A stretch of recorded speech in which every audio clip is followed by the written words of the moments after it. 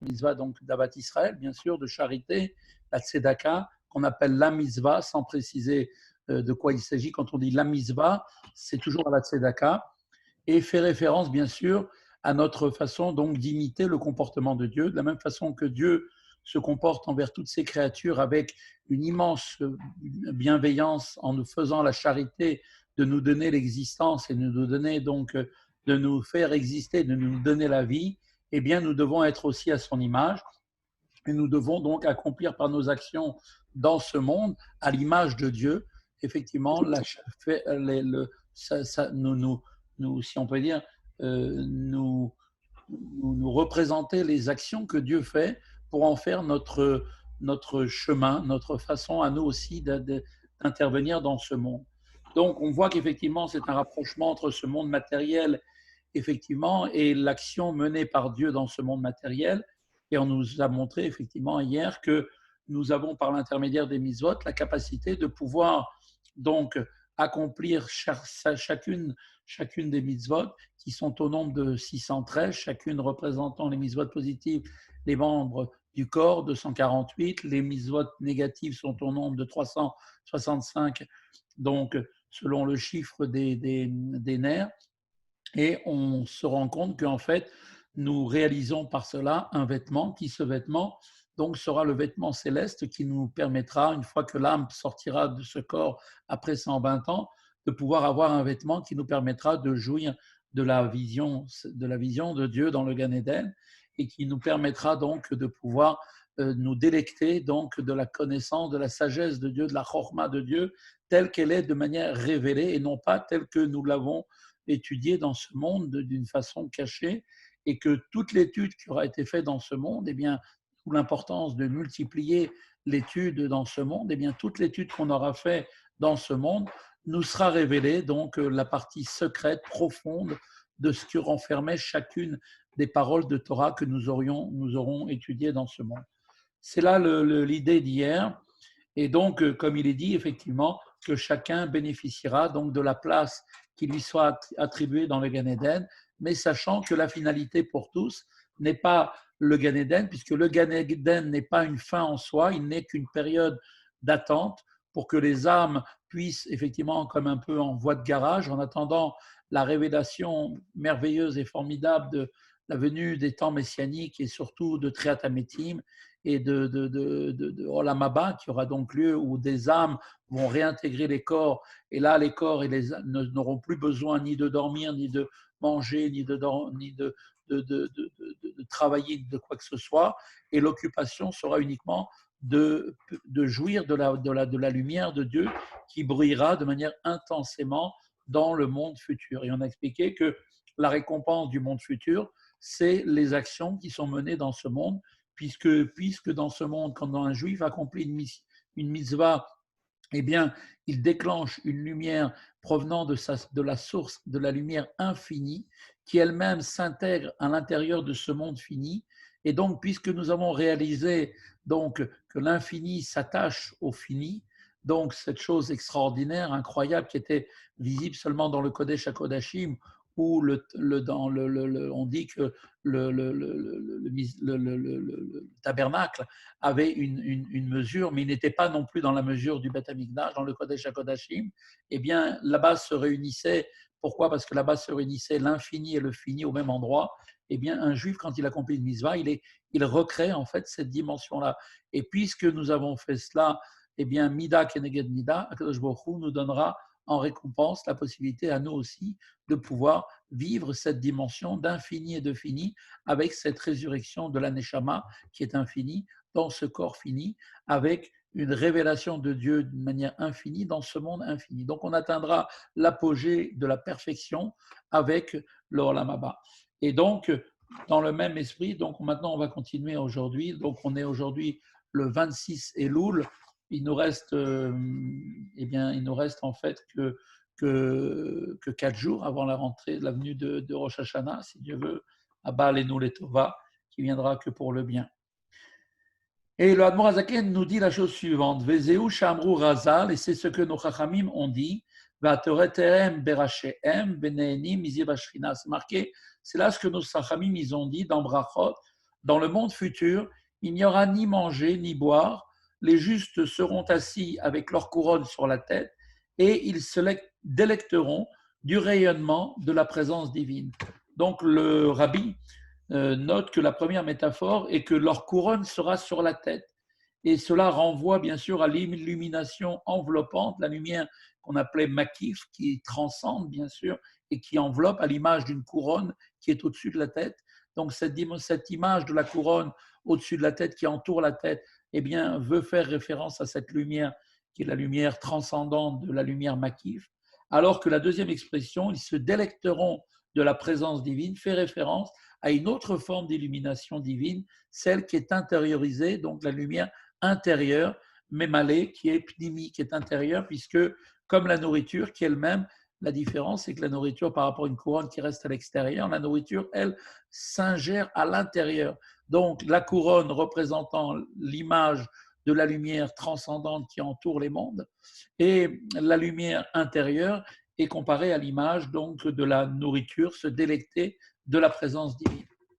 Eh bien, c'est ce qu'on nous dit, c'est que c'est ce qui attend effectivement donc tous les tzadikim,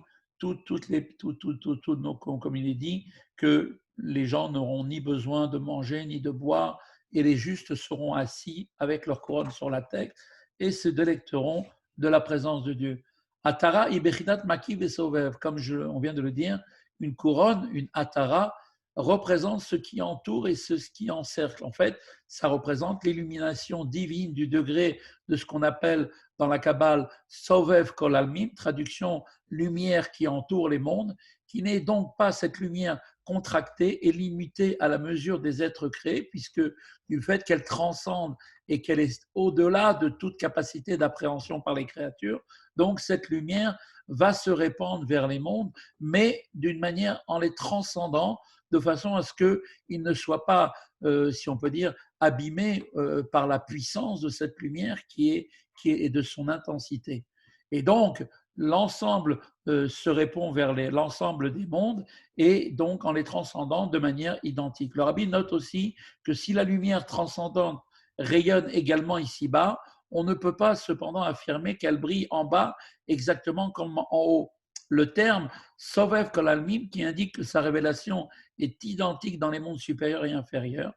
Et c'est ce qui nous prouve qu'effectivement, cette lumière-là étant tellement haute qu'elle ne fait pas de distinction entre les mondes supérieurs et les mondes inférieurs. Pour elle, tout est pareil, puisqu'elle est au-delà de toute limite. Et donc, il existe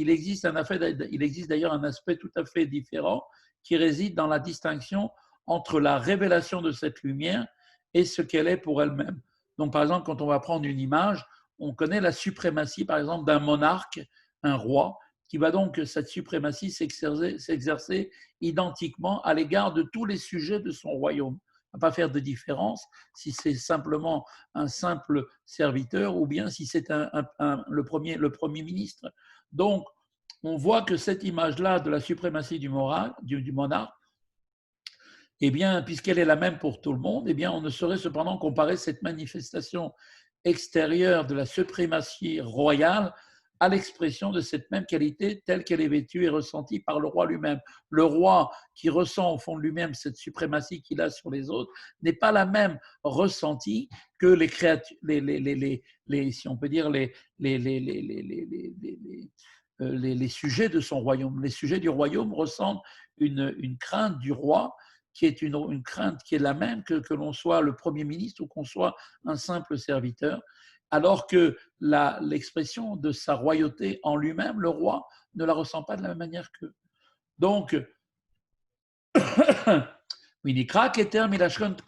tout cas, tout cela pour expliquer que cette lumière-là est appelée donc Keter, qui vient de l'étymologie du mot Koteret en hébreu. Et donc, Koteret veut dire un terme qui en fait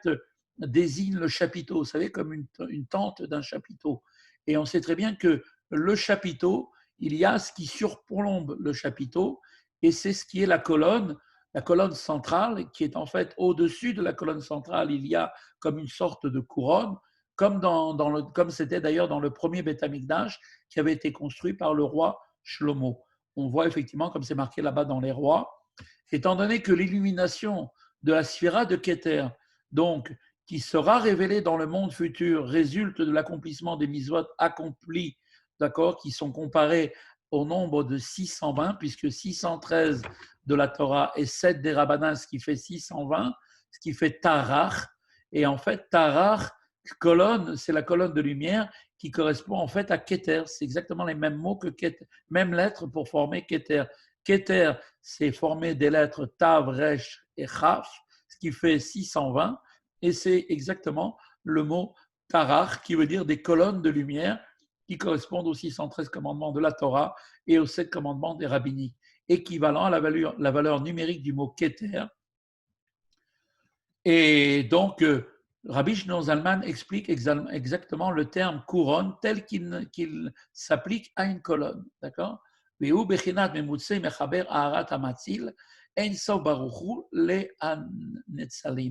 pourquoi fait-on appel ici à l'image d'une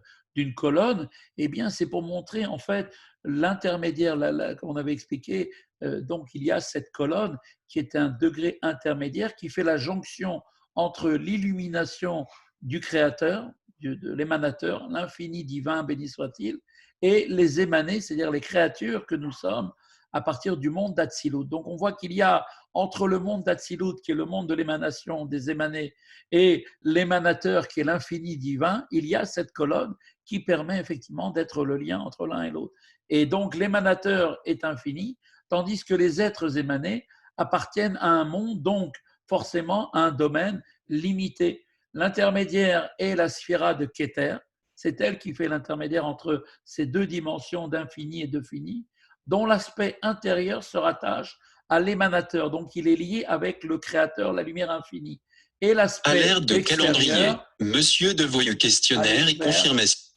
Pardon, excusez-moi. Et dans le biais, donc, et à l'aspect aussi extérieur, aux êtres émanés, c'est donc bien par le biais de Keter, qui sert d'intermédiaire entre la lumière infinie et parvient aux êtres émanés du monde d'Atsilut, que tout se passe.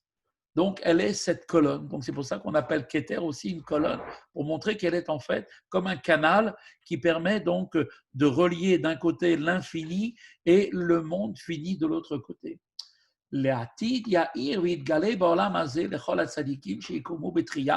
Et nous dit l'Admor Zaken que dans le futur, eh bien, cette lumière de Keter, qui aujourd'hui est quelque chose de caché, qui est voilé, cette lumière qui transcende et qui n'est pas possible d'illuminer actuellement de manière révélée, eh bien, au moment dans le monde futur, eh bien, cette lumière illuminera et se révélera dans ce monde à tous les tzadikim qui se lèveront lors de la résurrection des morts. Comme il est dit d'ailleurs dans le verset dans Ishaïa, de la prophétie du prophète Ishaïa,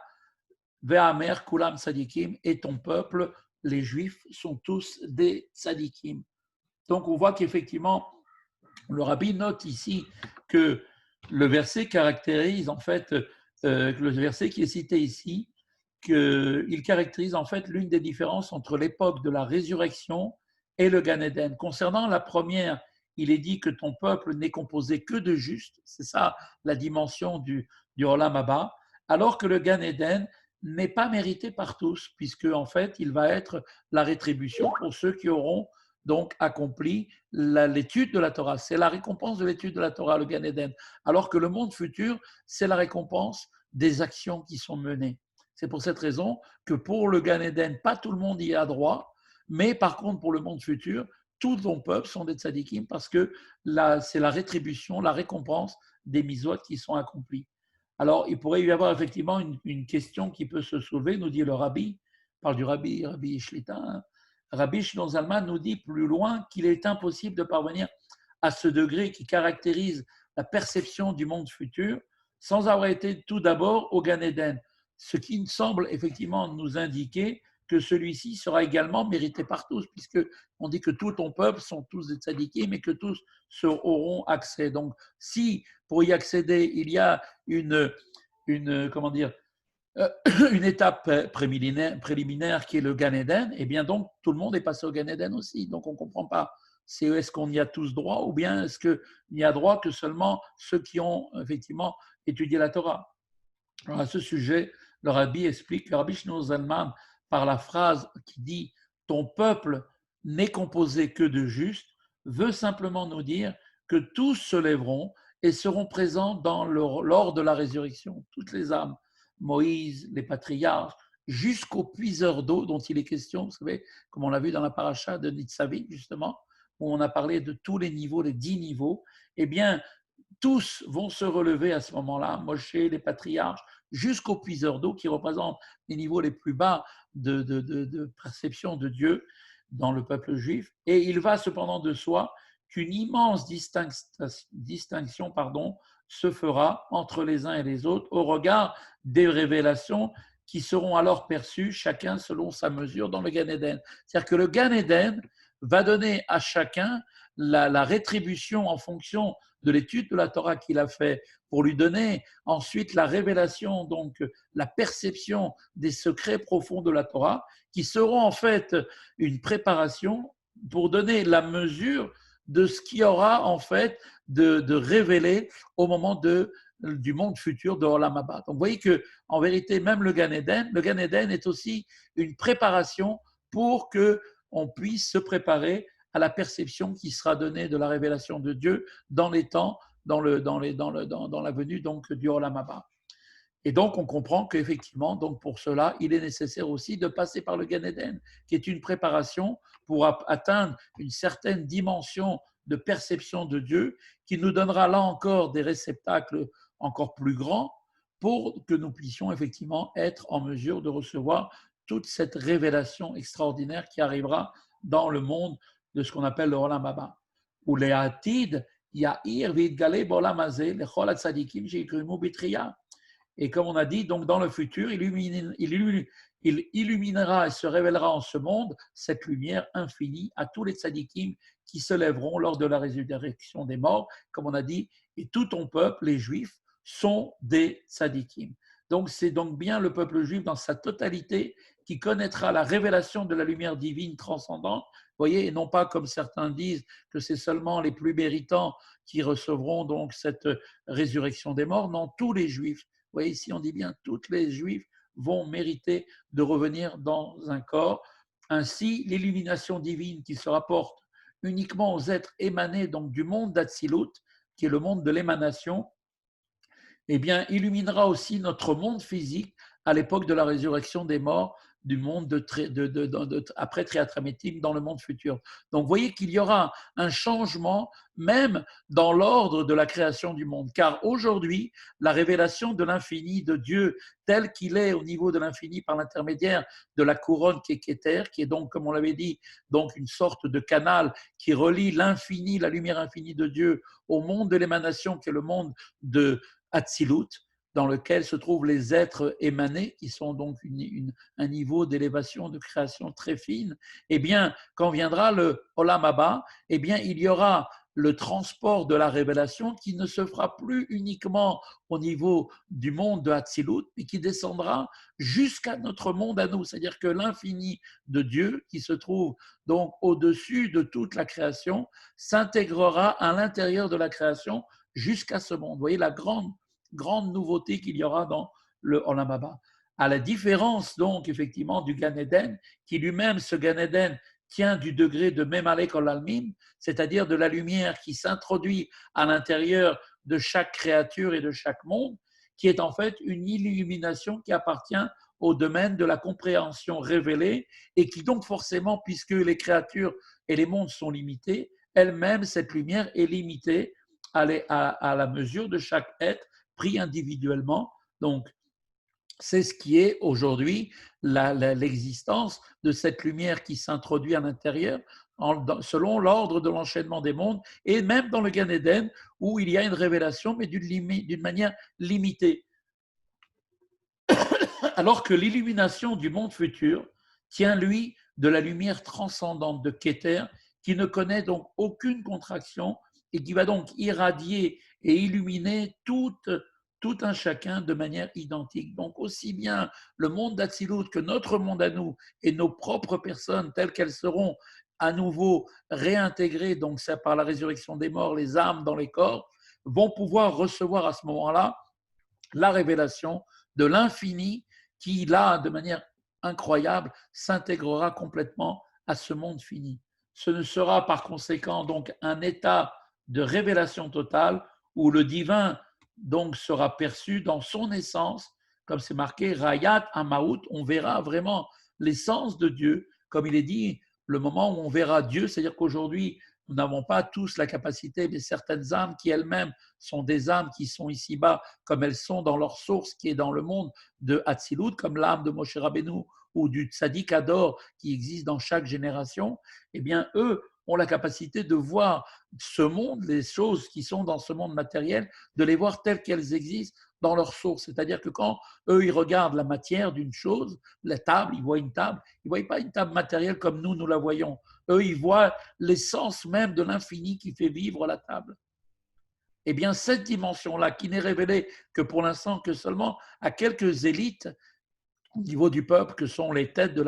la communauté que représentent le Moshe Rabbeinu et le Moshe dans chaque génération, eh bien, qui aujourd'hui sont les seuls pour l'instant de pouvoir visualiser cette dimension-là, eh bien, au moment de Triat Ametim, de Olam Haba, eh bien, chacun aura la capacité de voir, comme il a marqué, de voir Hashem Echad ou Shmo Echad. On verra à ce moment-là que toute chose est unie à Dieu totalement et qu'il n'y a pas de matière, comme on l'entend, séparée par rapport à Dieu et que tout, en fait, procède de l'infini lumière de Dieu. Ce sera par conséquence un état de révélation totale où le divin sera perçu dans son essence, comme on l'a dit, Rayat Amaout, on verra vraiment l'essence de Dieu, comme l'on perçoit l'essence d'un objet que l'on voit physiquement, ainsi qu'il est dit, comme c'est marqué donc dans Ishaïa, la gloire de Dieu sera révélée et ensemble toute chair verra. Comme c'est marqué quand on dit dans le Alenu, le Shabbat, Vaya Kavod Hashem, d'accord, et qu'on verra à ce moment-là, Hashem Echad, Ushmo Echad. Vezeu Shamru Chazal, et c'est ça ce que nos Chachamim nous ont dit. Nos Chachamim, c'est là le sens des paroles de nos Chachamim dans la Gemara Baba Batra, où ils disent la chose suivante Atidin Tzadikim Sheyomru Lifnehem Kadosh, dans le futur, les justes seront loués comme saints, comme la même louange que Dieu aujourd'hui. On dira de chaque tzaddik, on dira qu'il est kadosh, de la même façon qu'on dit de Dieu qu'il est kadosh. Qui kadosh ou bechinat muvdal sheno begener asaga vedahat, car le mot kadosh, qui veut dire saint, signifie l'idée de séparation, ce qui n'est pas sujet à la compréhension et la connaissance. C'est pour ça qu'on nous dit que les âmes et les anges, quand elles sont en haut, demandent où est Dieu, qui connaît Dieu. Alors la seule possibilité, car ils ne savent pas qui est Dieu, où est-ce qu'il se trouve, ils ne peuvent dire une seule chose, c'est Kadosh, Kadosh, Kadosh, 3 fois, qui veut dire que Dieu est complètement séparé, la dimension ne nous est pas comprise, ni nous n'avons la connaissance de pouvoir l'appréhender. Eh bien, les tzadikim, puisque tout ton peuple seront des tzadikim, donc chacun portera en lui la dimension de Kadosh, qui voudra dire que sa dimension sera tellement élevée qu'on ne pourra même pas appréhender la connaissance et la grandeur de chaque juif. Car la dimension donc, dont on parle ici, qui est la dimension de Kadosh, est une dimension qui transcende de loin la sagesse et la compréhension qui existent dans le Gan Eden. Car au Gan Eden, quand bien même c'est le niveau le plus haut, le plus raffiné de ce monde, qui représente une révélation de Dieu, mais une révélation limitée, puisque c'est une lumière qui s'introduit à l'intérieur d'un monde limité, et le Gan Eden, en l'occurrence, est aussi un endroit limité, eh bien, effectivement, quand on arrivera au moment de Olam Haba où se révélera la dimension de Kadosh, de séparer, eh bien, on aura une révélation d'une lumière qui dépasse même le niveau du Gan Eden supérieur, le plus haut niveau. Car en effet, il est dit dans la Kabbale, du niveau de Chorma, il est dit la chose suivante, comme c'est marqué dans Job, il est marqué comme ça que la Chorma dérive du Aïn. La Chorma elle-même, le niveau de la connaissance, de la sagesse, elle-même dérive, sa source à elle, c'est le Aïn, le rien, ce qui veut dire la non-existence, le néant. Ce qui fait que Chorma prend sa source, la sagesse, la compréhension de Chorma, la sagesse de Chorma vient elle-même, procède du néant. Et c'est ça la dimension qui sera révélée à ce moment-là, on révélera à ce moment-là le niveau de Chorma tel qu'il est dans sa source, c'est-à-dire au niveau de non-existence, qui est le niveau de Keter. Et comme on vient de le dire, c'est-à-dire du rang de Keter suprême, Anikra Ein Bezor Kadosh, qui dans le Zohar Kadosh est appelé Aïn, qui veut dire la non-existence, c'est-à-dire le néant. A priori, mais le néant, vous voyez que ça ne veut pas dire rien, c'est quelque chose qui nous dépasse, qui transcende toute compréhension, toute appréhension, qui est au-delà de nos facultés intellectuelles, qui nous dépasse. Quelque chose qui nous dépasse, pour nous, c'est le Aïn, le néant. C'est-à-dire quoi, Aïn? Pour nous, c'est incompréhensible. C'est-à-dire c'est quelque chose qui est néant pour nous, mais qui n'est pas néant pour lui-même en tant que tel. Eh bien, cette dimension-là, eh bien, son épanchement et rayonnement, comme il est dit,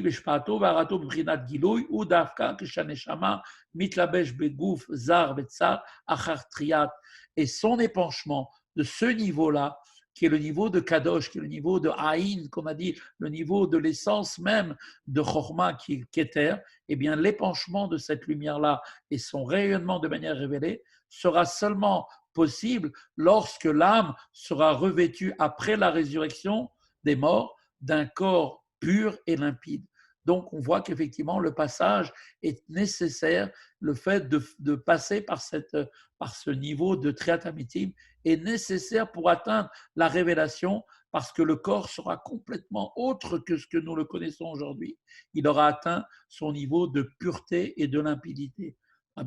Et c'est d'ailleurs une des raisons pour laquelle il y a une grande question qui est posée. Quand Mashiach va venir et qu'on nous parle de triatamétim, est-ce que tout le monde doit mourir? Eh bien oui, mais ça, on dit on va se coucher, on va se relever immédiatement. Pourquoi? Parce que la dimension, ce passage du corps tel qu'il est aujourd'hui, tel qu'il est impur et qu'il n'est pas limpide, eh bien ce passage de ce niveau-là vers le pur et le limpide se fera par la triatamétim.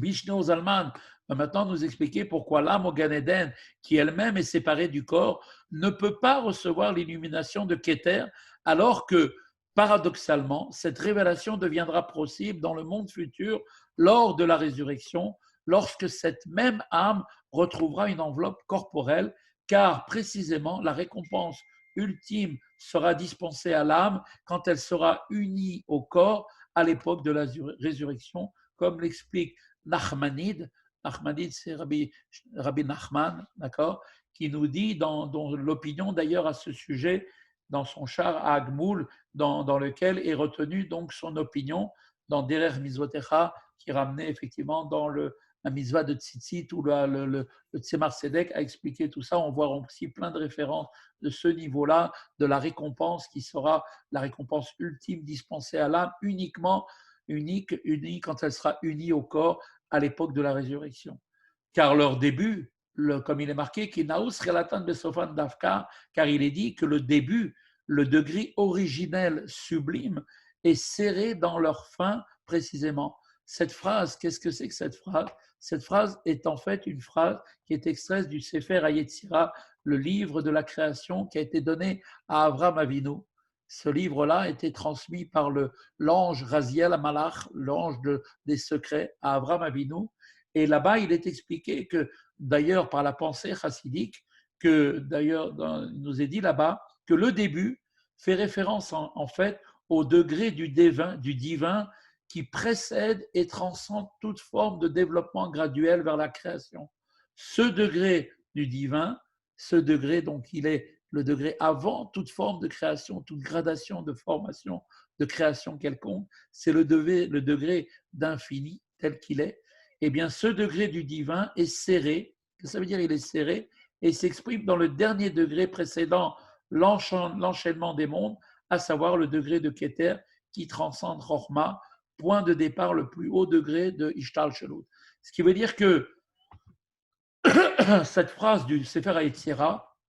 on dit que leur début est serré dans leur fin, présente en fait une dimension de la lumière infinie de Dieu telle qu'elle est avant la limitation, d'accord? Une fois qu'il y a eu le premier Tzimtzum et qui commence en fait à révéler le niveau de Keter, qui est le niveau avant même Chorma.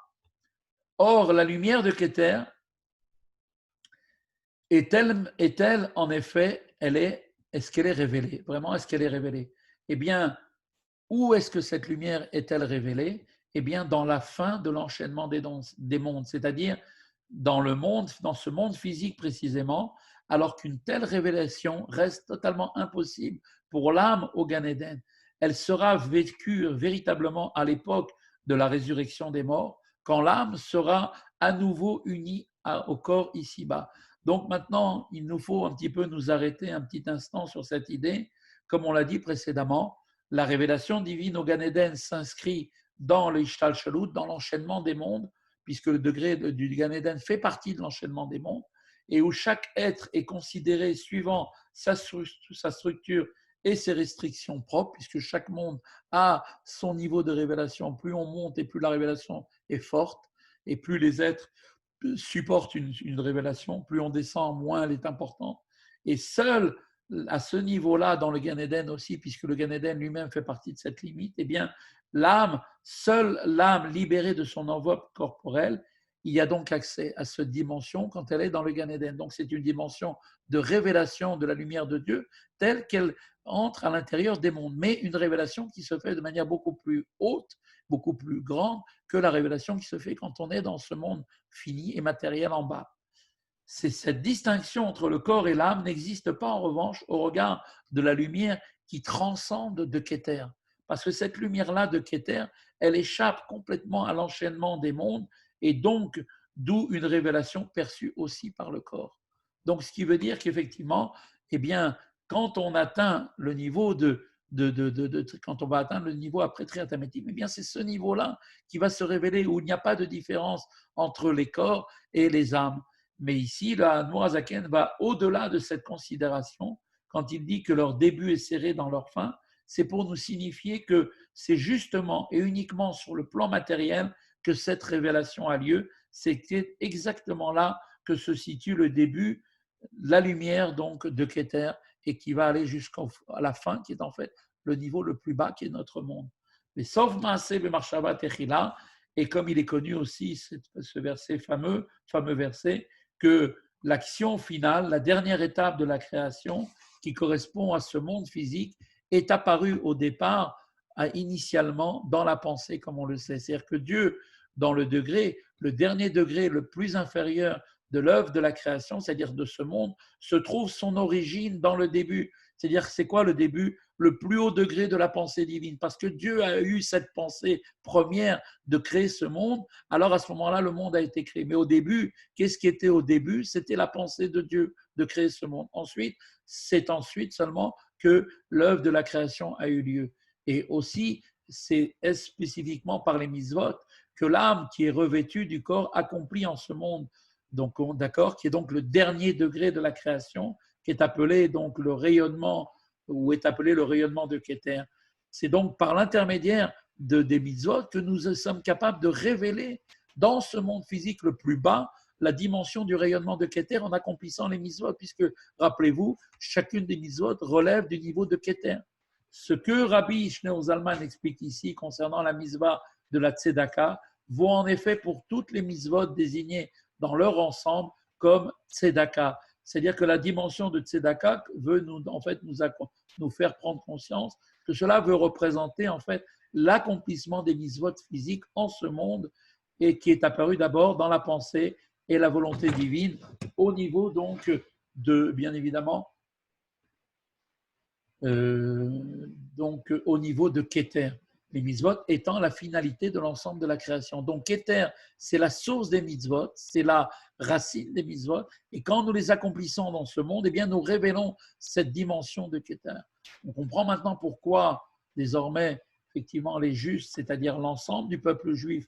selon les termes du verset, comme il est marqué, ton peuple n'est composé que de justes, seront loués comme saints, ils seront kadosh. Pourquoi? Parce qu'ils seront complètement irradiés par la révélation de la lumière divine qui transcende, c'est-à-dire cette lumière pour laquelle nous n'avons pas accès, qui est le niveau de révélation du niveau de Keter, et donc forcément cette lumière pour laquelle on n'a aucun accès, aucune compréhension, elle est insaisissable pour nous, elle est donc forcément du niveau de Kadosh, qui veut dire saint, séparé, quelque chose qui transcende toute forme de compréhension. eh bien, à ce moment-là, quand sera arrivé ce moment des temps finaux, eh bien, où le corps sera effectivement relié avec l'âme par la résurrection des morts, eh bien, à ce moment-là, ce niveau-là, le corps aura atteint le niveau de saint, le niveau de kadosh, qui leur sera aussi attribué également à tous les juifs. Cependant, écoutez bien, il est impossible de parvenir à ce degré, de recevoir la révélation de la lumière transcendante de Sovev Kol Almim, tant que l'on n'a pas d'abord été au Gan Eden. Vous voyez que c'est hyper important de passer par la notion du Gan Eden. Pourquoi? Parce que dans le Gan Eden, on peut percevoir le degré de la Chokhmah supérieure, d'accord? Et donc, comme il est dit, chacun, bien sûr, selon sa mesure, selon l'effort qu'il aura fait d'étude de la Torah dans ce monde, va lui permettre d'obtenir une dimension d'appréhension de la Chokhmah Ilaha dans le Gan Eden. Donc, d'où l'importance, bien sûr, d'étudier encore et encore, car toute cette étude va nous permettre d'atteindre dans le Gan Eden ensuite cette dimension de révélation du degré de Chokhmah supérieur, comme on l'a expliqué précédemment. Et la lumière divine qui irradie au Gan Eden est perçue par chaque âme selon le degré qui lui est propre, c'est-à-dire selon les efforts qu'il aura fait dans ce monde, selon l'étude qu'il aura réalisée. Tal Torah Mechayeu, et après, lorsqu'elle se lèvera, cette âme, lors de la résurrection des morts, grâce à la rosée de la Torah, vous voyez que la Torah est appelée la rosée de la résurrection, selon l'enseignement de nos Chachamim, comme il est rapporté, effectivement. Donc cela est rapporté donc aussi dans tous les chapitres, que la rosée de la Torah le fait revivre. Qu'est-ce que cela veut dire? Le verset sur lequel les Chachamim basent leur enseignement est le suivant. C'est un verset encore dans Ishayahu, c'est marqué « Puissent donc tes morts revenir à la vie, qu'ils se réveillent et entonnent des cantiques, ceux qui dorment dans la poussière, car une rosée de lumière sera t'arrosée. » T'arroser, ce mot t'arroser fait référence à la rosée de la Torah, qui sera l'instrument de la résurrection. C'est la Torah qui va être l'instrument de la résurrection, comme la rosée bienfaitrice qui permet au monde de pouvoir continuer d'exister, de revenir à la vie.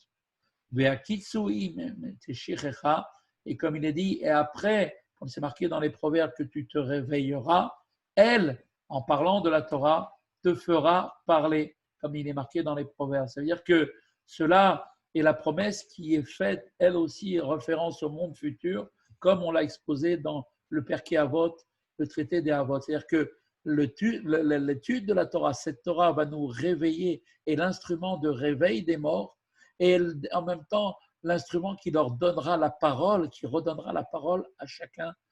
après, au moment de Triat Hametim. Vedaï la Mevin, et le Admor Azaken dit, tout cela suffira pour celui qui comprend. C'est-à-dire que pour atteindre, en d'autres termes, maintenant en faisant un petit résumé de tout ce qu'on vient de dire, pour atteindre le degré de Sovev Kol Almim, qui est le niveau de Keter, tel qu'il est au-dessus de toute la création des mondes, eh bien ce niveau de lumière infinie qui transcende actuellement, qui sera atteint, pour pouvoir l'atteindre au moment de la résurrection, l'âme doit tout d'abord passer par le Gan Eden et appréhender le degré de Chokhmah Ilaha selon sa propre mesure, c'est-à-dire en fonction des actions, d'études qu'elle aura accomplies dans ce monde. Et bien qu'au Gan Eden, la perception de l'âme ne se rapporte qu'à la lumière divine qui est immanente, qui est une lumière qui est errante, que l'on appelle Memalei Kol Almin, qui est la lumière qui s'intègre à chaque niveau en fonction de la limite, et donc forcément la lumière elle-même est limitée. Et donc dans le Gan Eden, bien que ce soit une dimension de révélation beaucoup plus grande, mais cela reste quand même limité, cette perception, elle au moins, est néanmoins augmentée par la lumière de Keter qui illumine aussi, parce que dans le Gan Eden, il y a une révélation de la Chokhmah Ilaha. Chokhmah Ilaha, c'est quoi? C'est le niveau du niveau en fait de la source de la Chokhmah elle-même qui illumine dans le Gan Eden. Et à partir de là, certes, effectivement, cette dernière n'est pas même reçue de manière révélée comme étant une asagat, amarout, perception de l'essence, mais elle est perçue de seule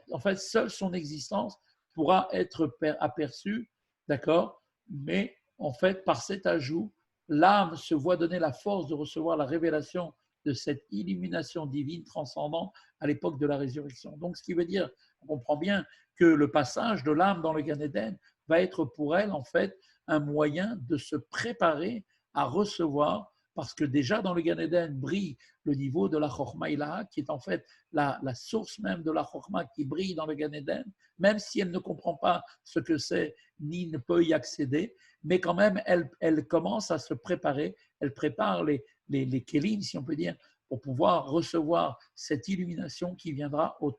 dans les temps finaux, au moment de la résurrection des morts. Comme il vient d'être dit, donc on voit que l'élévation de l'âme au Gan Eden réside dans l'appréhension de la lumière immanente, cette lumière Memalekol Almim, et cette révélation se rapporte donc à la Torah, considérée comme une nourriture, puisque la nourriture, c'est quelque chose qui rentre à l'intérieur. Donc, puisqu'on parle de la lumière Memalé qui entre à l'intérieur des mondes, eh bien, cette lumière, elle est appréhendée, et c'est une lumière qui est intériorisée selon les termes du verset, et la Torah, et ta Torah sera dans mes entrailles, comme le dit David Ameller. Et donc, cette lumière-là,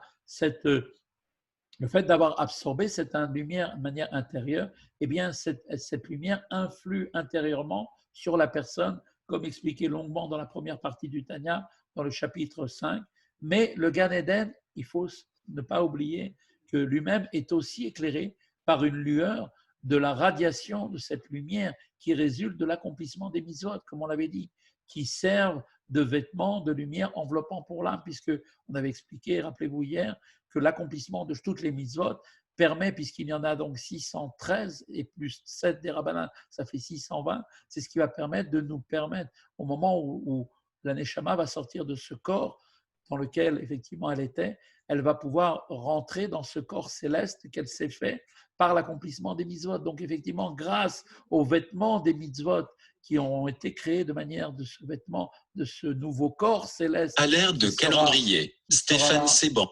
Qui sera donc effectivement donc le niveau on va dire, ce corps qui permet de protéger l'âme de la rayonnance extraordinaire de la lumière infinie de Dieu qui rayonne dans le Gan Eden, eh bien, il sera possible grâce justement à ce vêtement qui est fait par l'accomplissement des mitzvot que l'on a fait dans ce monde, puisque chaque mitzvah va effectivement constituer une partie de ce vêtement, de ce corps à nouveau, ce corps céleste. Et donc, dans le monde futur, à l'époque de la résurrection, brillera essentiellement l'illumination de Sovev Kalalmin résultant des mitzvot. Et regardez comme c'est extraordinaire. C'est que quand viendra le moment de Triat Ametim, donc la Neshama a reçu un corps en attendant, c'est un corps céleste, d'accord, pour lui permettre de se préparer, car la finalité, c'est pas de rester avec un corps céleste, c'est de redescendre dans un corps matériel, mais qui cette fois-ci est complètement différent, puisqu'il est purifié et qu'il est complètement